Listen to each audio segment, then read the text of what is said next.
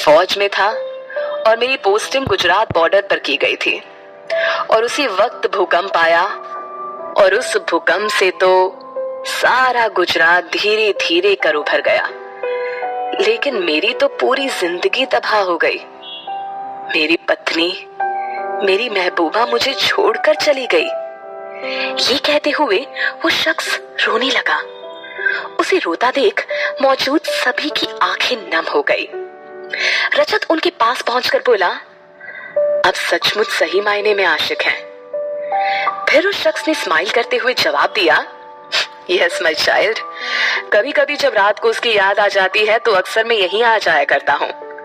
ना जाने क्यों यहाँ आकर मुझे उसके होने का एहसास होता है और मुझे एक अजीब सा सुकून मिलता है। रजत ने कहा, मैं ऊपर वाले से दुआ करूंगा कि अगले जन्म में आपको आपका प्यार हमेशा के लिए मिल जाए। ये बोलकर वो उनकी आंखों में आंखें डालकर देखने लगा। उस शख्स ने भी स्माइल किया और कहा, तुम अगले जन्म की बात करते हो? बस मेरे पास जो चंद सांसें बची हैं, जैसे ही वो खत्म हो जाएंगी फिर मैं और मेरी महबूबा हमेशा के लिए एक हो जाएंगे। रजत मुस्कुराने लगा। फिर उसने दूर बैठी महिमा को चलने का इशारा किया और उसे लेकर वहां से निकल पड़ा। रात के 3 बज रहे थे। पूरी सड़क सुनसान थी और उस पर रजत अपनी कार ड्राइव कर रहा था। लेकिन उसकी ड्रीम गर्ल चुप थी। रजत ने उसका हाथ पकड़कर उसके हाथ में किस किया और कहा, तुम उस आदमी की बातें याद कर रही हो ना? महिमा ने धीरे से हाँ में सर हिलाया। रजत ने उसे अपने कंधे पर टिका लिया और एक हाथ से गाड़ी की स्टीयरिंग संभालते हुए गहरी सांस लेकर बोला, लेकिन तुमने उस आदमी की एक बात पर गौर किया? कितना पॉजिटिव था वो। और जहां उसने अपने प्यार का एहसास हुआ उसने उस जगह की तलाश भी कर ली। ये बोल वो मुस्कुराने लगा। फिर कुछ सोचकर रजत ने कहा, माही, परसों हमारी एंगेजमेंट हो जाएगी और तुम मेरी गर्लफ्रेंड नहीं रहोगी, मेरी मंगेतर हो जाओगी और फिर कुछ दिनों बाद तुम मेरी पत्नी बन जाओगी। महिमा बोली, तुम मुझसे बहुत प्यार करते हो ना? रजत बोला, बहुत से भी बहुत ज्यादा। ये कहते हुए उसने उसके माथे पर किस किया और कुछ देर बाद महिमा का घर आ गया। उसके घर से कुछ दूरी पर उसने गाड़ी रोक दी और उसकी ओर देखकर कहा, तो बताओ माही, तुम्हें कैसी लगी मेरे सपनों की दुनिया? महिमा ने अपने अंदाज में कहा, तुम्हारी सपनों की दुनिया बिल्कुल सपनों की तरह खूबसूरत थी। उसमें कोई दर्द नहीं था, कोई तकलीफ नहीं थी, बस प्यार ही प्यार था। ये बोलकर वो गाड़ी से उतर गई और वो भी गाड़ी से उतरकर नीचे आया।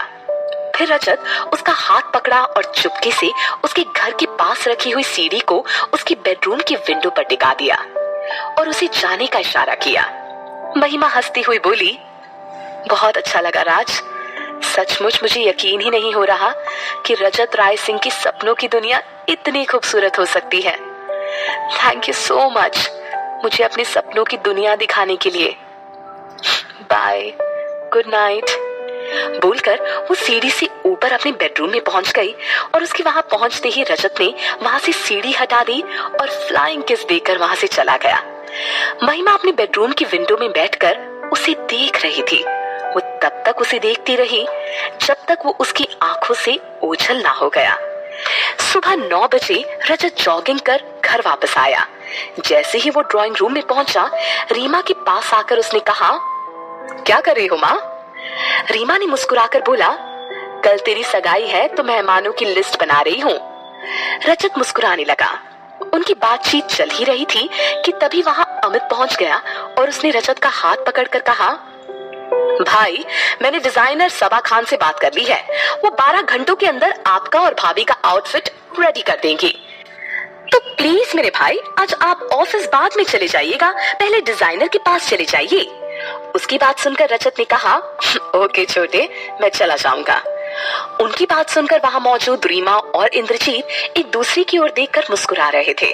और फिर रीमा ने कहा, रजत बेटा, महिमा को भी अपने साथ ले जाना। आजकल वो न्यू ट्रेंड चला है ना, होने वाला दूल्हा दुल्हन सेम कलर का ड्रेस पहनते हैं। अमित अपनी माँ के करीब पहुंचकर उनके गले में हाथ डालते हुए बोला, आपको बहुत पता है माँ, आजकल के होने वाले दूल्हा दुल्हन क्या क्या करते हैं। ये बोलकर वो उन्हें छेड़ने लगा। वहां मौजूद इंद्रजीत अमित की ओर देखकर बोले, हाँ, तेरी माँ को सब पता होता है, क्योंकि उन्होंने पहले से सोच कर रखा था कि जब उनकी बहू आएगी तब वो अपने सारे अरमान पूरे करेंगी। फिर रीमा ने मुस्कुराकर कहा, और अब भगवान ने मुझे बहू के रूप में एक प्यारी सी बेटी दी है, तो फिर मुझे भी आज के जमाने के ट्रेंड फॉलो तो करना ही होगा ना। उनकी बात सुनकर वो दोनों हंस पड़े और फिर अमित ने रजत की ओर देखकर कहा, भाई प्लीज आप जल्दी से रेडी होकर सबा के पास चले जाइए और प्लीज भाभी को भी बता दीजिएगा। ये बोलकर वो वहां से चला गया। उन दोनों के वहां से जाने के बाद ड्राइंग रूम में मौजूद इंद्रजीत ने रीमा की ओर देखा और कहा, आज हमारे घर में कितनी सारी खुशियां हैं। कुछ भी कहो, महिमा के पैर हमारे घर के लिए बहुत शुभ है। उनकी बात पर रीमा ने भी कहा, जी बिल्कुल ठीक कहा आपने। उधर महिमा हमेशा की तरह अब तक सोई हुई थी। इसी दौरान उसका मोबाइल बजा। फोन रजत का था। उसने फोन रिसीव किया और उसके फोन रिसीव करते ही रजत ने कहा, good morning Mahi. I know अब तक तुम्हारी मॉर्निंग नहीं हुई होगी। महिमा आलस करती हुई बोली, राज, बेबी डॉल क्या कम थी जो अब तुम भी मुझे सुबह सुबह परेशान करने चले आए। तुम दोनों को नींद नहीं आती है क्या? वो अब भी थोड़ी नींद में बात कर रही थी। रजत जोर से हंसा और बोला, जल्दी से रेडी हो जाओ, मैं 11 बजे तुम्हें पिक करने आऊंगा। हम दोनों को सबा खान के पास जाना है अपनी एंगेजमेंट की आउटफिट पिक करने के लिए। महिमा एक्साइटेड होती हुई बोली, ओह वाओ, वही सबा खान जो बड़ी बड़ी सेलिब्रिटीज के आउटफिट्स रेडी करती है। रजत ने हंसते हुए कहा, हाँ वही। चलो मैं अभी फोन रखता हूँ और तुम भी जल्दी से रेडी हो जाओ, बाय। ये बोलकर उसने फोन कट कर दिया। उसके फोन कट करने के बाद महिमा उठकर अपने बेड पर बैठ गई और खुद से बात करते हुए कहने लगी, चल माही, फटाफट से रेडी हो जा। एक बार घड़ी अपना टाइम चेंज कर सकती है, लेकिन ये राज कभी नहीं। वो रेडी होने के बाद रजत का वेट करती हुई ड्राइंग हॉल में बैठी दादी से बात कर रही थी। दादी ने उसे समझाते हुए कहा, माही बेटा, घर से खाली पेट नहीं निकलते, रुक मैं तेरे लिए नाश्ता लेकर आती हूँ। महिमा ने कहा, बेबी डॉल, मुझे अभी भूख नहीं है, मैं बाहर ही कुछ खा लूंगी। तभी उसका फोन बजा। कॉल रजत का था। कॉल रिसीव करते ही उसने कहा, माही, मैं तुम्हारा बाहर वेट कर रहा हूँ, क्या तुम रेडी हो? महिमा बोली, हाँ राज, मैं रेडी हूँ, अंदर आ जाओ। उसने कहा, माही फिर कभी, अभी हमें देर हो जाएगी। महिमा बोली, okay Raj, I am coming. वो घर से बाहर निकली और रजत के साथ निकल पड़ी उस मशहूर फैशन डिजाइनर सबा खान के पास। कुछ देर बाद वो दोनों सबा के पास पहुंचे और सबा ने रजत को देखकर कहा, hello mister Rai Singh, how are you? Rajat ने भी अपनी स्टाइल से कहा, आई एम फाइन। इसी बीच सबा की नजर उसके साथ मौजूद महिमा पर पड़ी और उसे देखकर वो चौंक कर बोली, तुम यहाँ? कहानी में आगे कौन सा नया दिलचस्प मोड़ आने वाला है, ये जानने के लिए सुनते रहिए love hate love, only on